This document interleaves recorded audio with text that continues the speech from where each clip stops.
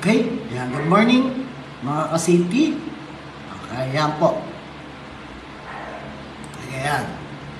So, yun po yung dapat nating matutunan. Okay? Sabi nga natin, ano ba yung mga bagay na dapat nating matutunan regarding in our activities or in our responsibility or our job natin po. Napaka-importante kasi kay bilang isa sa mga manggagawa muna sa loob ng ating workplace. Malaman natin, ano po ba yung mga bagay, okay, in my own sa sarili mo muna. Okay, I attending a OSH training. Bosch or Kosh. Okay? Ano po ba yung mga bagay na natutunan ko sa Bosch and Kosh? Okay? Lalong-lalo na, paano ko po ba, okay, ninamnam. Okay? Ano yung sinabi kong, ano yung sabi nga natin, ninamnam. Okay? Paano ko ba nilagay sa puso ko, sa ulo ko, or sa isip ko, yung salitang safety o yung salitang health sa ating sa ating pong sarili. Kasi bakit? The safety and health prioritizing natin ay napakahalaga. Okay? Bakit? Lagi niyo sinasabi. Tinuro sa atin, okay, in the basic awareness, okay, regarding sa safety, how to protect ourselves. Paano mo ba o paano ba natin po protektahan ang ating sarili against sa what? Against sa pagkakasakit, okay? Against sa hazard aspects sa workplace natin, right? Itinuro sa atin kung paano pangalagaan ang ating sarili. Tinuro sa atin kung ano yung mga industrial hygiene na makakaapekto sa ating katawan, na dapat ma-deliver natin saan? Sa ating mga kasamahan. Okay? Tinuro sa atin yung mga technical wording, basic technical wording, okay? Katulad po ng sinasabi natin, ano po ba ang requirements kapag fire accident ang pinag-uusapan? Ano po ba ang tinuro sa atin sa training kapag excavation safety ang pinag-uusapan? Did we practice that sa lugar gawaan natin para ma-deliver natin ng tama? Di ba? Hindi eh. Ano sabihin? Sir, tinatamad ako mag-orient, tinatamad ako mag-training, tinatamad ako gano'n. Di ba?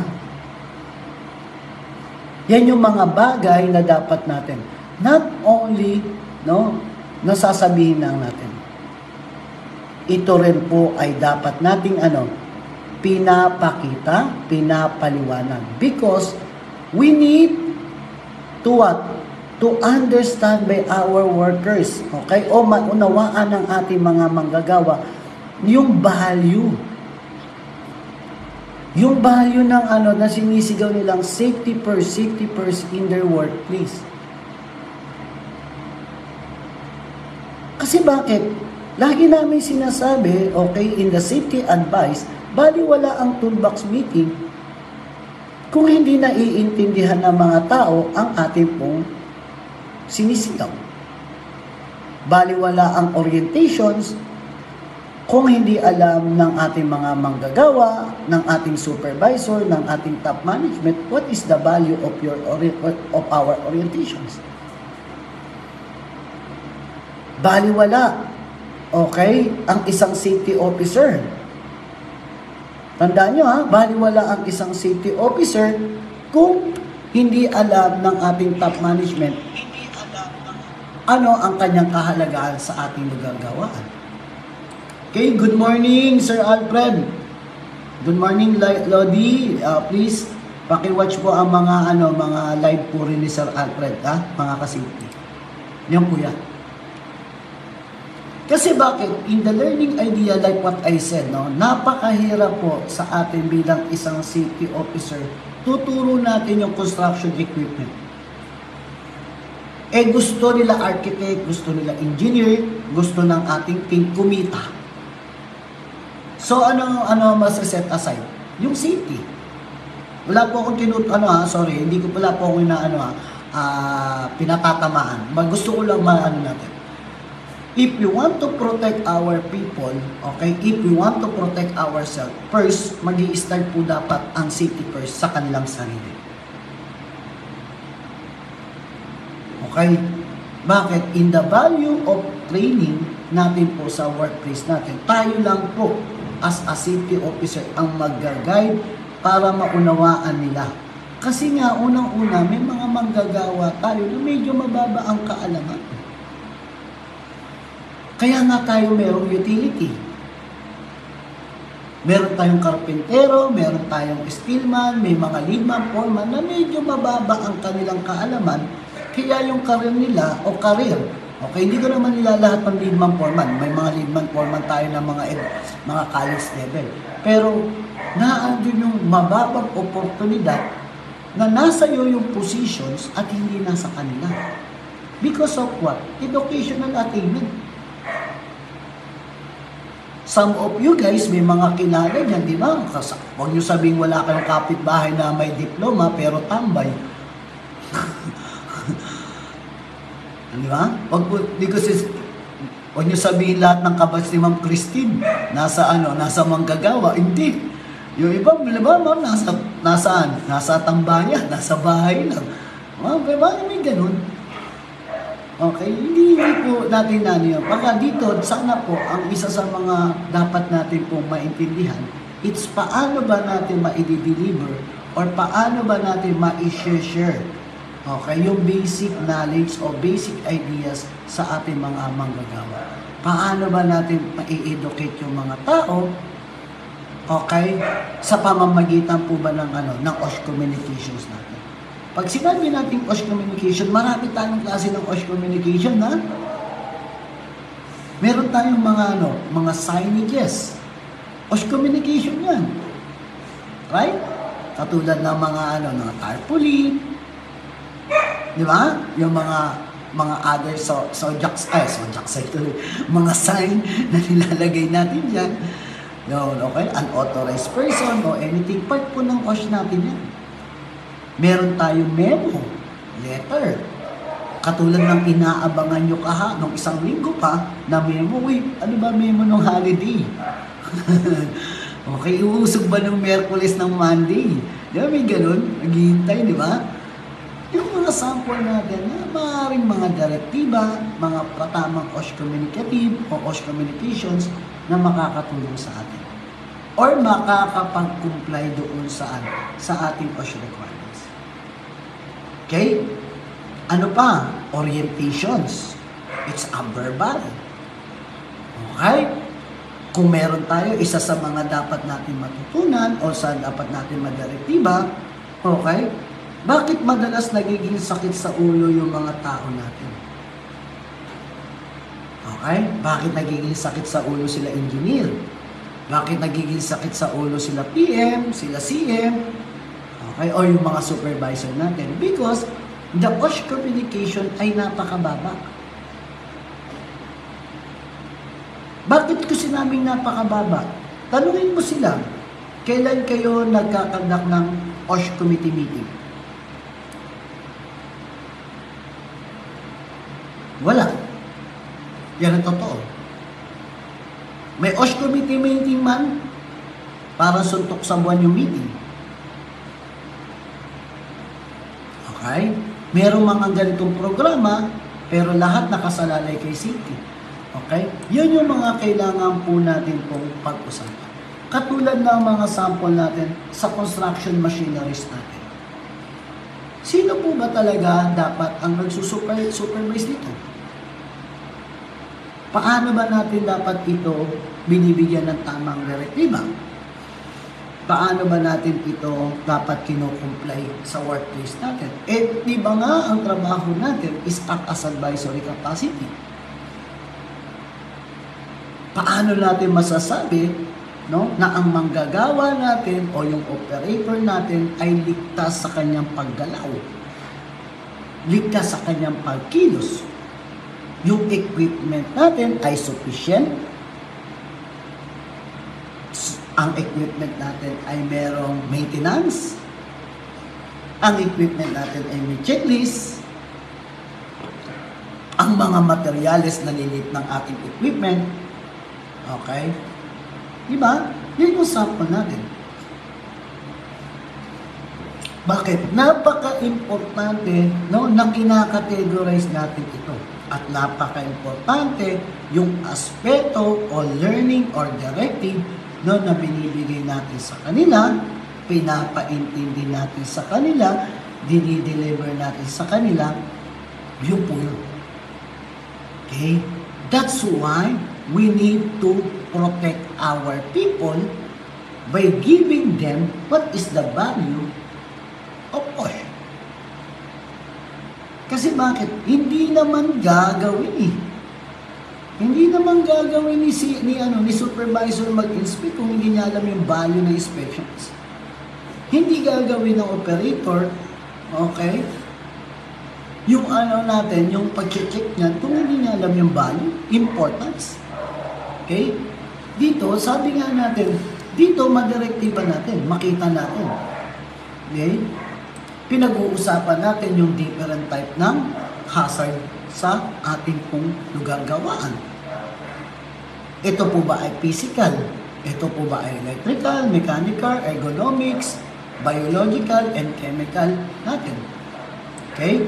Yan, Sir Jemark Martin, shoutout po. Mabuhay po kayo, Sir Jemark. Okay, salute, Lodi. Ayan po. Alright? Pinag-uusapan natin, gaano po ba ka-importante itong materialis na to? Gaano po ba ka-importante itong equipment na to? At syempre, all of that, mas may importante yung tao natin. Bakit? Sabi nga natin, di ba, yung equipment na napapalitan niya, nakakabili ng bagong equipment. Ang materialis, nakaka-purchase tayo ng bagong materialis. Pero, guys, right? Hindi tayo nakakabili ng bagong tao. Pag nawala, naputol ng daliri, bili sa palengke ng daliri. Wow! Right? Nawala ng mata, bili ng panaw. Bili ng panaw. Yan yung sample natin. Ibig sabihin, kailangan ma-educate natin yung mga tao the value. Okay, value of the persons and the value of the equipment that they use. Siyempre, bakit? Para sa mga equipment? Para mapabilis yung trabaho natin. Right? Like yung tamang paglilip, tamang paghuhukay, tamang pagbubuhat, o anything po na using equipment para mas mapabilis yung trabaho natin. Sa paghiyatak, sa pagtulak, o anything po. Pero kung hindi nila alam yung value, no? Sabihin nilang okay na yan, pwede na yan. Para saan pa yung OSH natin? Tandaan namin ito lagi ko sinasabi sa aking mga manggagawa at aking sa mga safety officer at sa aking mga supervisor. Walang perpekto sa mundo. FYI, walang perpekto sa mundo. The 88%, kaya ka nga naandyan as engineer para i-supervise mo yung ating mga foreman, mga leadman, mga manggagawa. Dahil hindi rin sila perfecto. Kaya ka nga naandyan si safety para i-check mo yung mga unsafe act and unsafe conditions, the 98%, kasi walang perfecto. Kasi kung may perfecto sa mundo, wala ka na. Eh di kanya-kanya na tayo, di ba? O hayaan mo na yung naghuhukay na yan. Bakit? Alam niya na yung gagawin niya. Nagpagawa ka ng bahay, nagpagawa ako ng bahay kay Sir Mario. Ano sasabihin ko kay Mario? Mario, ito lang gusto ko. Tapos na, alam niya na si Mario kung ano yan. Hindi eh. That's why we need to observe, di ba? Supervise. Sir? Yan po yan. Because of what? May mga unsafe act and unsafe conditions sa workplace natin. Maging masaya kayo. Bakit? Kasi may trabaho si Belen. Di ba? Kung walang pasaway sa papasukan niya, bakit kailangan pa natin ng safety? Right? Di ba? Yun yung sample natin. Bakit kailangan? Hindi nga. Okay? That's why we need to enumerate. Okay? Malis natin, ma-explain natin sa kanila, ito yung hazard sa working conditions natin. Right? Para sample natin, okay, ngayon, holiday, maraming maliligo. Maraming magsuswimming, maraming lalabas, di ba? Kapag nakita mo yung bata tumawid sa kalsada, hindi pa tumatawid, ano sinasabi natin sa bata? Huwag kang tatawid basta-basta, baka masagasaan ka. Kasi bakit? Alam natin na may mga hazard aspect sa gilid ng kalsada o sa kalsada. Di ba yung mga tao, pag naliligo, magbantayan kayo ha, baka malulot kayo. Yun yung sample natin. Sa workplace natin, ginagawa rin dapat natin yan. Hindi pa umaakit yung tao, sabihan natin, ingat ka. Sir, ingat ka. Tatanungin ng sir mo, ng mga manggagawa. Yes po sir, thank you. Sabihin mo, ingat ka kasi tanga ka. Ganun ba yun? Di kaya kayo mag-away nun. Kaya minsan, minsan mahirap yung sasabihang ingat ka. Okay? Kasi bakit? Hindi ka naman sasabihang ingat ka kung alam niyang perfecto ka. Yun nga yung sinasabi natin. Walang perfecto sa mundo. Kaya you always take care of yourself and the others natin. Kasi bakit? Doon pa lang sa ingat na yun, may secondary na yun. Ingat ka kasi tanga ka. Okay, di ba? Okay. Di ba? Di ba yung natin, kailangan maintindihan natin dito. Okay? Huwag mo sabihin si Sir Paulo, hindi pa nahulugan ng cellphone niya. Di ba Sir Pau? Di ba? Nahulog na yung cellphone mo ilang beses na. Right? Tanggapin na natin yan, Sir Pau, na kahit hawak na natin, bumibitaw pa rin. Di ba? Yan. Yung sample natin yan. Okay? Big sample lang po yan. Di ba? Okay? Na dapat natin maintindihan na ma-enumerate natin sa sarili natin. Okay? In the simple things, dito puro natin mapiprepared natin yung sarili natin. Sample. Kung kami ni Sir John Wilson mag-i-inspect ng equipment para makita namin kung ito ay okay pa at functionable. Ano gagawin namin? Ano dadali namin? Siyempre, meron kami checklist. Meron kaming dokumento na gagamitin natin o gagamitin namin para dyan. Right? Meron tayong mga dokumento na magpapatunay na piniperform namin yung trabaho namin. Katulad niya. Yan po yan. Napaka-importante that we need to share that idea and directive para saan? Sa ating mga manggagawa. Okay? Ginibigay natin ito kasi alam natin, baka mamaya nag-checklist tayo, nag-i-inspection tayo, yes.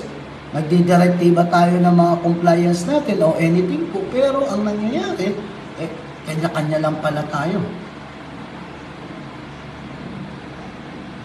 Right? Yun yung sample natin. Bakit? Kanya-kanya lang tayo ng decision sa ating mga ginagawa. Hindi po. Di ba? Yan yung sample natin na kailangan tayo mismo okay, may mga advantage na dapat natin ginagawa or may mga maaaring disadvantage tayo na ginagawa sa ating lugar gawa. Pero in reality, we need to be proactive. Maging proactive tayo sa mga ganyan. Napaka-importante, na doon pala, gagamit po ba ako ng ganitong equipment? Gagamit po ba ako ng ganitong tools? Gagamit po ba ako ng ganitong mga, natin? Baga, kailangan ma-listing natin. Okay, kung equipment ang pinag-uusapan, like the backhoe, skid loader, o anything po, sufficiente po ba ito? Diba? Isipin mo, ginamit yung equipment ng backhoe, di ba? Nakikita nyo sa mga ginagamit panghuli ng isda. Sa mga TikTok, sa FB, ganyan. Ginagamit na liguan. Yung equipment, kukuha ng tubig, maliligo yung operator. Ibig sabihin, ginagamit po ba yung equipment natin sa tamang trabaho? Right? Kasi nga, sample natin, kapag ang equipment or tools o any materials na ginamit natin sa maling pamamaraanan, ang resulta po niyan ay unsafe act or unsafe conditions. Right? Sample. Okay? Ayan, ito pinakamagandang sample ha. Yung isang salamin ko, nagtuturo ako, ginawa ko, nilagay ko sa inuupuan ko. Nung nilagay ko siya sa inuupuan ko, sabi ko, makikita ko naman siya pag uupo na ako. Para, at least, pero tama po ba yung nilagyan ko upuan? Hindi. Kaya nung pag-upo ko, naupuan ko siya, nasira. Yun yung sample ko na unsafe act at naging unsafe condition sa workplace natin, sa sarili natin. What if nag-crack yun, nasira yun, tumusok sa aking, sa aking body. Okay? Sample natin. Ganon din po yung sinasabi natin sa ating mga manggagawa. No? Bakit? Sometimes we need to correct them because it maybe can result to other person o to other person na hindi alam, katulad ng poor housekeeping. Sometimes, di ba, if the 10% the poor housekeeping, pag sinabi natin, wala yan, lang naman. Pero pag tinignan mo, ang laki po bang epekto nito? Sobra. Right? Na, dapat nilang matutunan o dapat natin madirect o dapat natin ma-assist. Kasi bakit? There are too many accidents might happen. Okay? If the person used the equipment improperly. At most of the accident can be prevented. Lagi nyo tatandaan. Most of that accident can be prevented. Sige na. Ganyan pa sasabihin sa iyo ng anyong mga workers. Sir, give me an example na nape-prevent po ang accident. Right? It's a big challenge for you. No?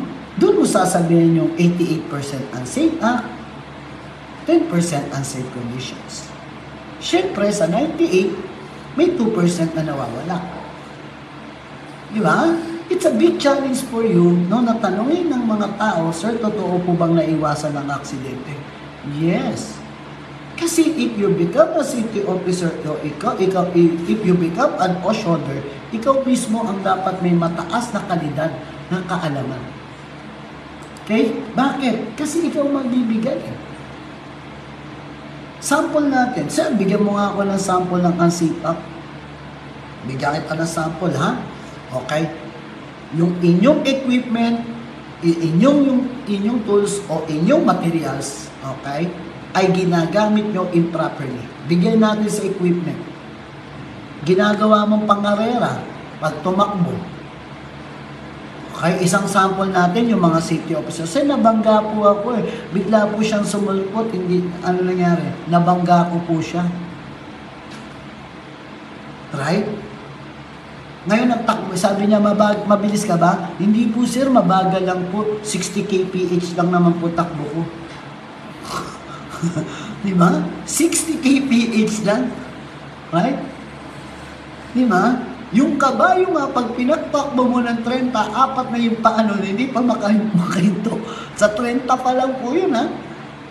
Hindi na makahinto ng tama. Yung pang 60 kph, yun yung sample natin. Di ba? Di ba? Yun yung sinasabi. Yung accuracy ng pagtatrabaho, pagdalaw ay hindi tama. Okay? Yan po yung inaano natin. Yung mga equipment, tools, hindi ginagamit sa tamang trabaho. Okay? Isang sample natin dyan, yung mga yung mga bako, ginagawang working platform. Right? Yung mga equipment, katulad ng safety paraphernalia, vice grip, ginagawang martilyo. Yung flat screw, ginagawang panchisel. Right? I-combine mo yan. Sa loob ng bahay natin, ginagawa ba natin yan? Madalas. Pansinin nyo, sa loob ng bahay niyo po ba, may mga unsafe act mo kayong ginagawa? Yes. Ginagawa mo yung ilaw, tungtong dito, upuan, tapos tutungtungan mo ng bangkito, tapos tutungtungan mo ng ng lata, maabot mo lang yung ilaw. May ladder naman po sa inyong workplace. May ladder naman po saan? Sa inyong bahay. Tinatamad kang kunin sa taas, sandali lang naman po alam ba natin yung pole kung gaano kabilis? Sa isang pikit mata, ang pole nasa baba ka na. Kaya nga po, sabi natin, mabilis magpa-pole. Okay? Di ba? Mamaya, pag natin yun, di ba? Yun yung mga sample natin na dapat alam natin kapag po ang equipment, ang ating tools ay lumaki, mas malaki po ang tendency na ito ay magiging delikado. Kung ang ating tools ay bumigat, may tendency na mas magiging hazard aspect ito sa ating workplace o sa ating tao. Habang lumalaki, habang po yan yung mga sample natin. Ito po ba ay ginagamit sa tama? Ano ang trabaho namin bilang safety officer dyan? Diba? Sir, nasasabi mo po ba yan? Ano ang trabaho namin? Ano unang trabaho ng safety officer? Act as advisory capacity. We need to act as advisory for corrective actions. At may mga OSH committee po tayo as secretary ka na to discuss sa OSH committee na nandyan yung mga supervisor natin, nandyan yung mga direktiba natin, nandyan yung mga OSH communicative requirements natin para dito. Right? Ano pa? Mag-conduct daw tayo ng mga inspections na compliance sa ating lugar gawaan. Mag-conduct daw tayo ng supervisions with the part of our supervisors, ng ating workers, etc. Blah, blah, blah. At nakalagay sa RA 11058 natin, mag-stop work tayo kung necessary, kung alam natin na may OSH violations or may IDLH na nakasalalay. What is IDLH? Imminent danger to life and health. Immediately. Okay? Na ma-perform natin ito, immediately na ma-directive natin ito, immediately na makukonek natin ito. Okay, that's the part of our job. It's a part of our job na ma-communicate natin lahat yan. No, trabaho natin bilang safety officer, pero not only us, naandyan po ang ating mga supervisor to collect their idea para pagbanggain natin regarding sa safety and health. Yan po yan, napaka-importante, ma-disseminate natin ito. Napaka-importante na makukumplay natin ito at napaka-importante paano ba natin ini-highlight sa ating sa mga kasamahan natin ito. Kasi kung ma-highlight natin ito sa ating team, mas makakapagbigay tayo ng malalim na direktiba. Mas malalim na compliance. Mas malalim na knowledge or malalim na direktiba, mas mabibigay natin yung OSH requirements po sa ating sa ating lugar gawaan. Right? Kaya nga po tayo na andito. Kasi yun yung binibigyan natin ng importance. If you want to protect everybody, just give them a basic knowledge po. Hindi naman po mataas na mahirap po sasabihin natin mataas o kalidad na kaalaman agad maibigay. Unti-unti. Kaya nga sabi natin, the safety is everybody's concern. Okay? Safety starts with me. Nag-i-start po sa ating lahat. Okay? Nag-i-start po para ma-direktiba, ma-OSH communicate natin, direktiba, ma-perform po natin, yan po yan. Okay, yung mga bagay na yan ay hindi po yan basta-basta na ano, na ibibigay lang. Pag-orient natin, okay na sila. Pag-orient natin, healthy na sila. Pag-orient natin, alam na natin na naligtas na sila. Walang ganun, Mars. Walang ganun. Right? Sa kanila sasabihin, pag na-aksidente sila, sayang ang tato. Ganun na ba yun? Sabihin sa'yo na aksidente ka, sabihin mo lang. Sabihin mo sa worker, sayang ang tato. Hindi mo ganun. Kaya po kailangan ma-educate natin sila ng tama, yung nararapat sa kanilang gawain. Okay? Kasi bakit? If the equipment, okay, or the tools, improperly natin ginagamit, yan ang magiging resulta. Okay? Isang malaking aksidente o isang malaking pagkakasakit. Diba? Meron nga ako narinig, di ba? Sabi ng worker, sir, o di, nagkasakit daw yung niya, hindi, totoo ito, patuwa nga ako doon. Akala ko sa movie ko lang, kay Brad Pitt ko lang narinig yun. Sabi, sir, hindi po ako magbibigay kahit piso. Di ba kasamahan mo yan? Ba't hindi ka magbibigay? Grabe ka naman. Ano sagot ng worker? Sir, pag nagbigay ako, bakit? Pag ako po ba na aksidente, magbibigay po ba siya? Sorry wording hindi na. Sabi, hindi ba lang, pag ako ba, sabi niya, sir, namatay yung kasama mo, hindi ka magbibigay. Yun nga sir magbibigay ako, pag ako naman namatay, hindi naman siya magbibigay, di ba? Bawi lang, gano'n lang yan, hindi, joke lang. Okay, yun yung mga gano'n lang, nagiging natin, nagiging magandang dapat natin. Tandaan natin lagi naman natin sinasabi, nasa huli ang pagsisisi. Okay? Yun ang indicate natin during orientation, sinasabi ko yan sa mga manggagawa natin. Okay? Lahat naman tayo ay mapupunta sa taas. Ewan ko sa inyo. Sabi nung worker, ewan ko sa iyo, sir, kung mapupunta ka doon. Okay? Hindi. Lahat naman tayo mawawala. Wala naman mag-i-stay sa mundo. Pero dapat alam natin na hindi tayo nagmamadali. Right? Pinasabihin natin sa sarili. Okay? Hindi tayo nagmamadali pumunta doon. Kung nagmamadali ka, mauna ka na pre. March, mauna ka na. Okay? Ako, marami pang nangangailangan sa akin. Marami pang mga tao na dapat ko mabigyan ng tamang kaalaman. Okay? May mga tao ako na dapat ko pang ma-guide regarding sa safety, regarding sa tamang direktiba, sa tamang communications. Ayan po yan. Napaka-importante.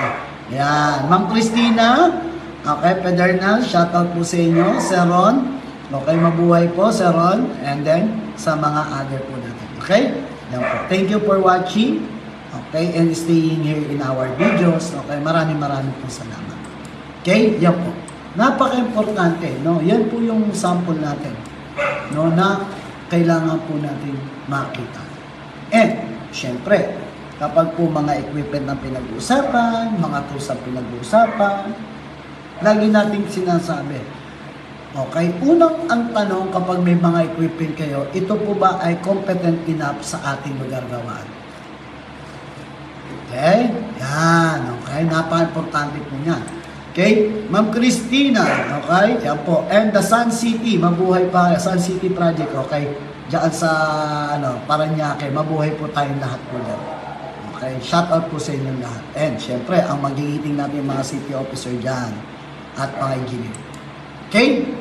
Yan. Syempre, katulad po ng ulit natin, may equipment tayo. Ang equipment po ba natin ay ginagamit natin? Okay, sample natin. Meron tayong mga crane. Check natin. Okay, i-verify natin kailan ko po ba ito huling chinek. Paano ko po ba ito chinek? Yung checklist ko po ba tama? Ito po ba ay ginagamit sa tamang, sa tamang gawain? Okay. May nagsabi sa akin, sir, madaling sabihin po yan. Madaling sabihin po yan, pero mahirap gawin. Sabi ko nga sa kanya, baliktad. Diba? Mas madaling gawin kaysa sabihin. Okay? Bakit? Di ba? Like reporting. Di ba? Mas pag tinype mo yan, dire-diretso na yan. Okay, ginagawa mo na. Pero pag hindi ka naging big challenge for us, sa iyo, yun yung isang sample natin. That's why we need to coordinate. Paano ba natin ito minimintain? Paano ba natin ito dinedirektiba? Okay? At may mga other equipment or tools tayo. Meron pong may mga gamit, okay? May mga direktiba, may mga OSH communications tayo, okay, may mga training tayo, kaya nga po, diyan pag equipment po pinag-uusapan, may mga qualification kasi si TESDA na may NC2 dapat ang operator natin. May NC1 ang ating mga rigger, right? So, nagpapatunay lang po yun, no, kung paano natin ito nagagamit ng tama. Nagpapatunay yun na paano natin nadedirektiba ito ng tama. At nagpapatunay yun kung paano nagiging competency o competent ang isang tao for that. All the type of equipment in our site, dapat ito ay properly check at properly evaluate. Nakakaintindihan. We are not a technical person na magsasabi, uy, ayos po yan. Hindi po si safety officer po ang magsasabi yan. May mga technical person po tayo. Walang ganun, Mars. Okay, lang sinasabi ko. Sasabihin ni Sir Alan, pinitigan lang yung crane. Oh, okay na yan, sir. Mukha naman bago. Diba?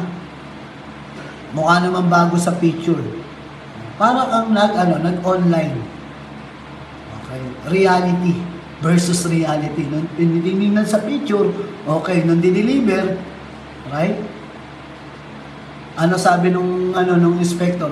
Sir, yung company niyo po ba online seller?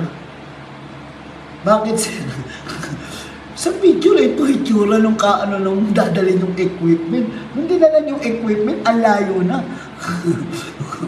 Di ba? Yung versus reality, para kayong online scammer. Meron ganyan. Meron pong ganyan na nangyayari, ha. Ang tawag namin po dyan sa mga ganyan, before nila dalhin sa site, pre-inspections. Pre-qualification inspections po ang tawag namin. Pinupuntahan ng safety department o ng isang safety, tapos pinupuntahan po ng isang engineer bago nila i-deliver yung equipment. We call that pre-qualification inspections o pre-qualifications requirements sa workplace natin. Okay? Yan po yan. Okay? Maraming mga safety officer na gustong-gustong pumupunta kasi may bulalo. After inspection. Hindi, joke lang. Okay? May mga ganyan. Okay? Na natin. O, depends. Sabi ko nga, depende sa programa, depende sa direktiba ng inyong company. Okay? May kanya-kanya. Kaya nga, it's a big challenge for us na sometimes, yung training natin o natutunan natin po sa ating Bosch or Cost or Basic, even the loss control management, ay magiging mas maganda kung actual conditions na ang pinag-uusapan natin. Okay? Yan po yan. And in that way, makita natin, ma-perform po natin, ma-directiva natin as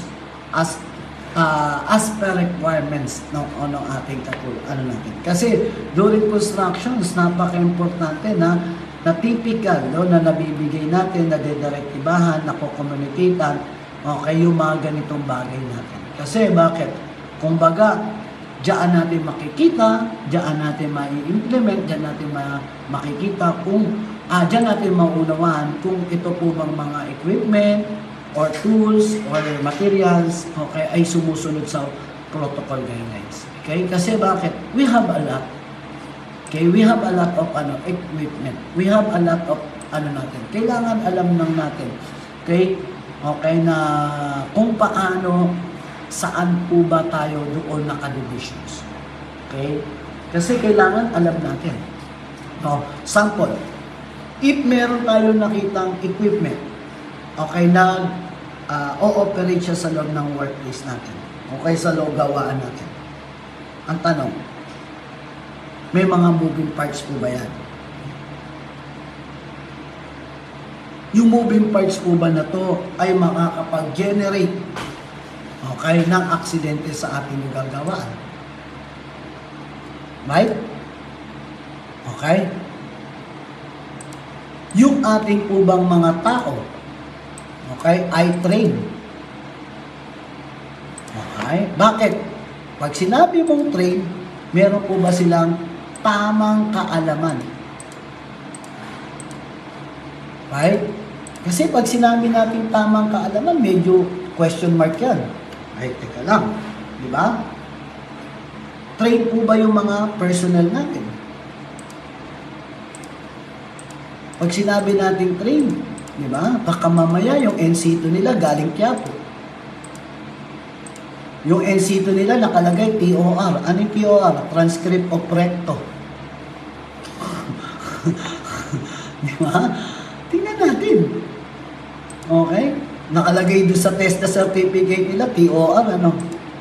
Ano TOR? Transcript of recto. Yung test na NC2. Yung madalas meron nangyayari po lang. Okay? Kailangan maging vigilant tayo. Sobrang sabi nga natin, dalawa lang ang tao sa mundo. Ito guys okay? Ano ang dalawang tao sa mundo? Okay, na dapat natin matandaan. Ito yung prey at predator. Ikaw na po ang gagawa sa sarili mo kung gusto mo kung gusto mo maging prey or gusto mo maging predator. Okay, lagi kong yan. Isa yan sa mga narinig ko or hindi ko makakalimutan ng isang speaker ko regarding sa safety ay tinuro sa akin. Kasi bakit? If you want to be succeed safety officer, you need to be predator. Kasi bakit? Wala daw siyang mababalitaan, okay, na isang predator, okay, na nabiktima dahil mababa ang kanyang kaalaman. Right? Ingay. Okay? Ano sabi natin? Kung ikaw mismo gusto mong maging predator, taasan mo ang inyong kaalaman. Kasi bakit? Si Sir Dindo, sample. Si Sir Dindo, tinanong ako, Sir Jeff, ano gagawin namin? Meron kami magtatrabaho na manggagawa namin sa taas. Right? Ano sasabihin ko? Walang problema yan, Sir Dindo. Pag nahulog, damputin nyo. Right? Ibig sabihin, it's a good communication po ba yun? Sa palagay mo, si Sir Dindo, tatawagin akong competent person regarding sa safety? Hindi. Yun yung sample natin. Sometimes, okay, the way you speak, the way you advise, the way you did directive to other colleagues, nakikita nila kung ikaw mismo ay may kaalaman o hindi. Right? Totoo yan. Okay? Hindi lang sa kilos nakikita. Hindi lang sa salita naririnig.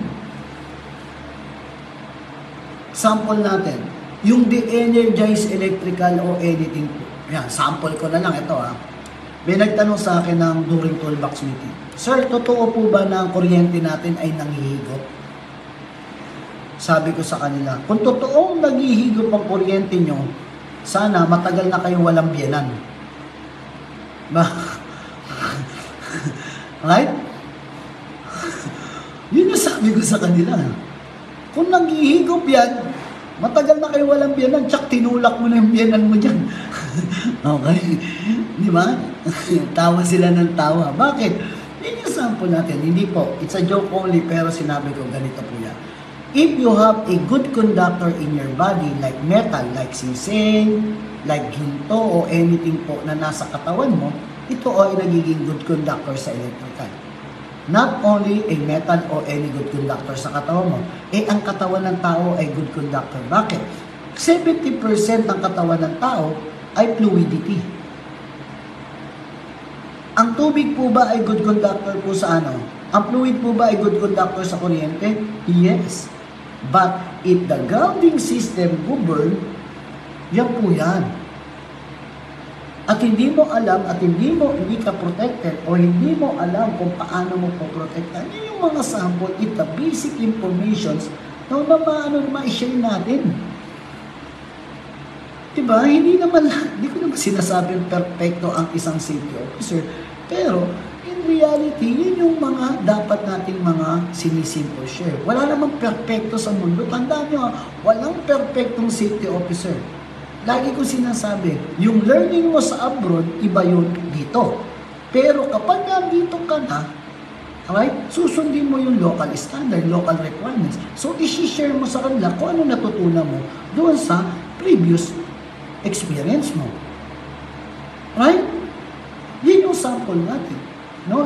Nadidirektiba natin. Kumbaga, nagagamit mo yung basic knowledge mo in the previous para ma-share mo sa ibang tao. Sabi nga natin, the city is everybody's concern. We need to give them a basic knowledge. Bakit? Yung talino mo, expect mo, alam din nila? Hindi po. Walang ganun, Mars. Ay, tas na-disappoint ka. Ano sasabihin mo? Sayang ang tato. Right? Hindi po pwedeng ganun. Sabi nga natin, the city is continuous learning. If you want to become a leader in our workplace as a safety officer, kailangan yung mga colleagues mo kung anong kahinaan, ibibigay mo, idedirektiba mo. Hindi lahat ng mga tao magaling sa talino. Hindi lahat ng tao alam na agad. Pag sinabi mo, na-adapt na agad yung gusto mo. Hindi. May ganun tao. Kaya nga tayo may tinatawag na adult learning. Right? Pansinin mo yung sarili mo. Okay, may kapatid ka. Nagre-review siya. Right? Anong oras nagre-review? Minsan sa umaga. Di ba? Ikaw, kunyari, sample natin. Okay. Ito Ikaw nagre-review ka ng gabi bago matulog. Pero may mga ibang estudyante nagre-review na madaling araw bago pumasok. They don't want to review before they sleep. Bakit? Nakakalimutan daw pag nalanganaginip. May ganun tao Pero merong gustong nagre-review, nagbabasa bago matulog. Correct me if I'm wrong. Right? Meron naman nagre-review, binubuksan yung libro, nasa sala nagre-review para alam ng nanay, kunyari alam ng tatay na nagre-review. Para ma, may assignment kami, may ganito kami, extra na sabao. Ganun, okay, kunyari. Pero FHM ang binabasa sa loob. Hindi, joke lang. Okay? Yan yung mga sample natin. It's how you deliver. Okay, how you perform to your, para sa sarili natin. Yun yung lagi kong sinasabi. Okay? Being safety officer, continuous learning po ang dapat nating madirektiba. Okay? Lagi kong sinasabi yan. Continuous learning will be improved to yourself and to others. Araw-araw, huwag tayong magsawa na mag-conduct ng toolbox meeting. Kasi bakit? Pagsasawaan mo yung toolbox meeting, hindi mo alam, kaalaman pala yung nabibigay natin. Kinasasawaan mo yung bagay na nakapagbibigay ng kasiyahan sa ibang tao. Yung pala yung learning ng toolbox meeting. Right? Yan yung sample natin. Yung simple orientations. Diba? Na dapat natin kung binibigyan ng tamang direktiba at tamang awareness. Okay? Kung napansin natin, may mga equipment or tools tayo na mali yung paggamit. Kausapin natin sila, direktiba natin yan. Communicate natin sa sir, mali itong ginagawa natin. O mali itong natin. O dapat ganito tayo o ganito dapat yung ginagawa. Hindi sample natin. It's a simple orientations or simple directive na nandiyan na. Okay? Sample natin. Yan. Tanungin mo nga sarili mo. Tanungin mo nga yung simpleng safety officer. Ano yung noise requirements sa workplace natin? Hindi niya masasagot. Pero kung siya magpo-focus siya, dito sa local natin, 90 decibel, sir. Sa ibang bansa, 85 decibel. Paano masasabing 90 decibel? Paano masasabing 85? Sir, pag narinig ko yung chismisan ng mga marites na kasama ko, ano yun? 90 decibel. Pag hindi ko masyado naririnig, 85 decibel. Ginawa mo pang testing yung pantenga mo. Ginawa mo pang human testing. That's why you have a equipment or tools properly para masabi mo na ito ay ginagawa natin. Ito yung resulta. Hindi ko pwedeng sabihin na 90 yan, hindi ko pwedeng sabihin 85 yan without the equipment. Right? Kasi bakit? Yun yung nalilikha ng equipment natin. Yun yung nalilikha ng tools mo. Simple natin yung barena. Nakakalikha ba ng ingay ang barena? Grinder? Yes. Pero kung hahayaan natin yung worker, sir, okay lang yan. Medyo mabata pa naman yan. Hindi pa bingi sa utang yan. Alright? Hindi naman pag nagkakaedad ka, nabibingi ka sa utang. Bakit? Pag marami naniningil, ha? Nung pagbata ka, konti pala naniningil, malakas pa ako, ito, sorry, nakalimutan. Pero pag dumadami, nakakabingi na yan. Bakit? Ha? Ha? Pasensya na, pre, hindi ko marinig. Sinisingil ka ng utang. Okay. Akala ng iba, masarap to pag bumibirthday tayo, guys, di ba? Dumadami yung bills mo. Right? Totoo yan. Nung estudyante tayo, di tayo namumroblema sa kuryente, sa tubig. Nung nagkatrabaho na tayo, di ba? Nag-start na si Bills. Okay? Nandiyan na si Bills Gate. Okay?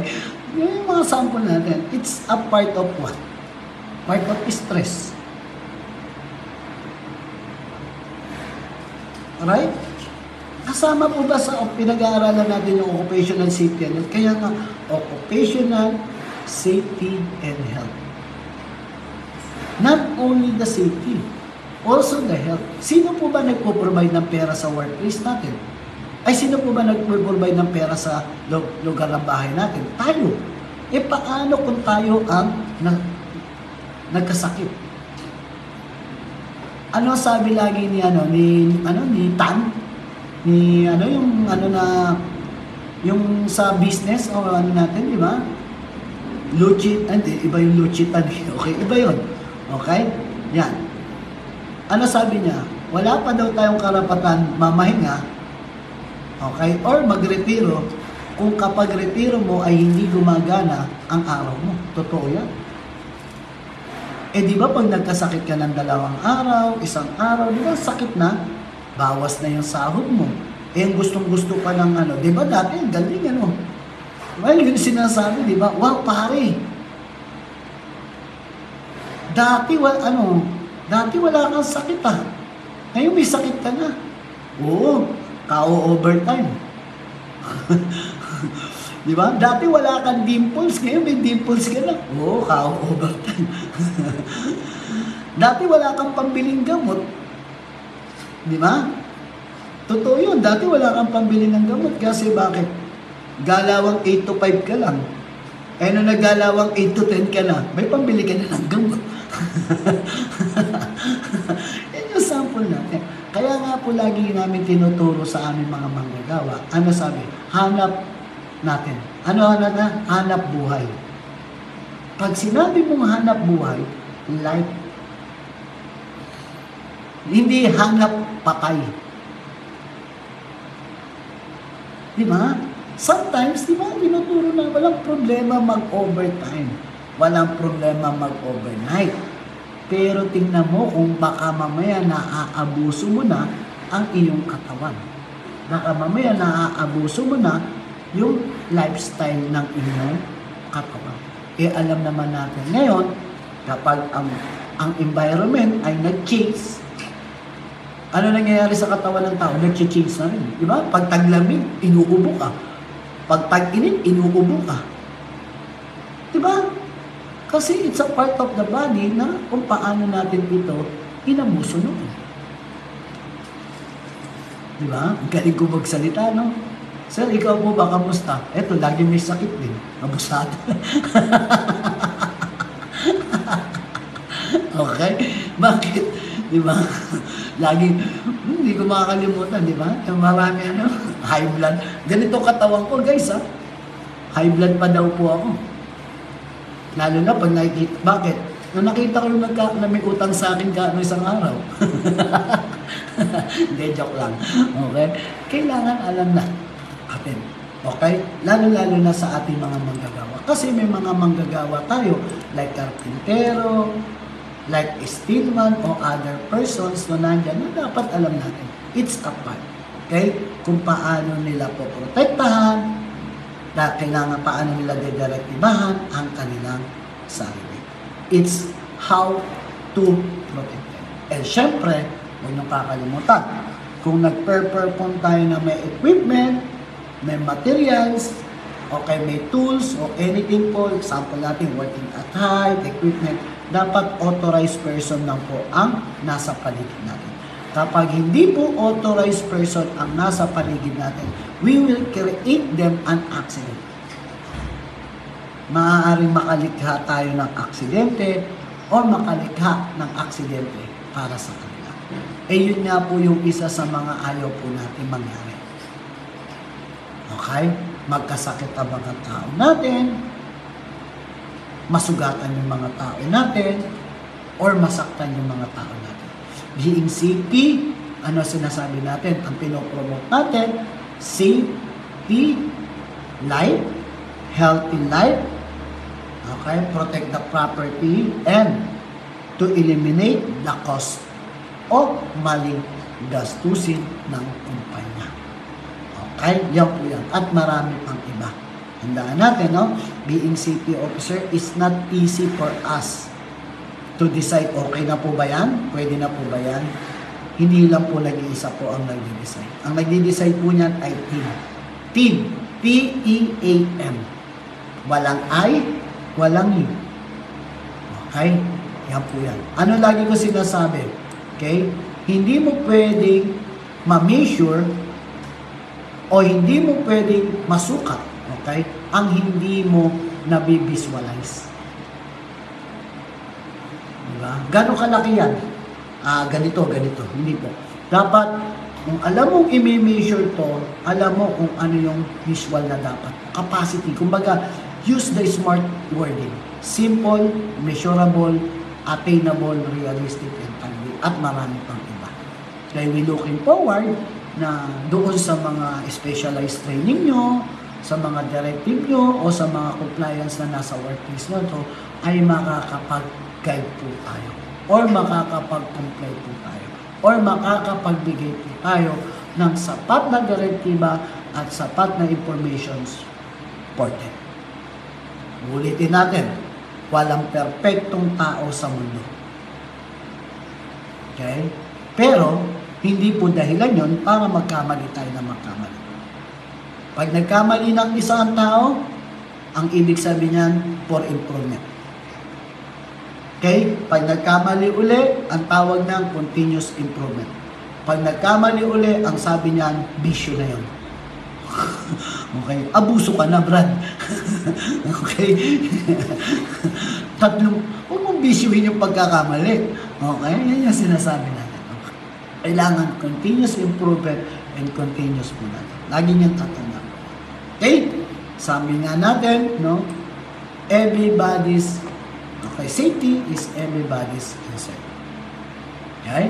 Marami po salamat and okay, pag-support at sa panonood po. Okay, ingat-ingat po tayo mga ka-safety. Safety first po.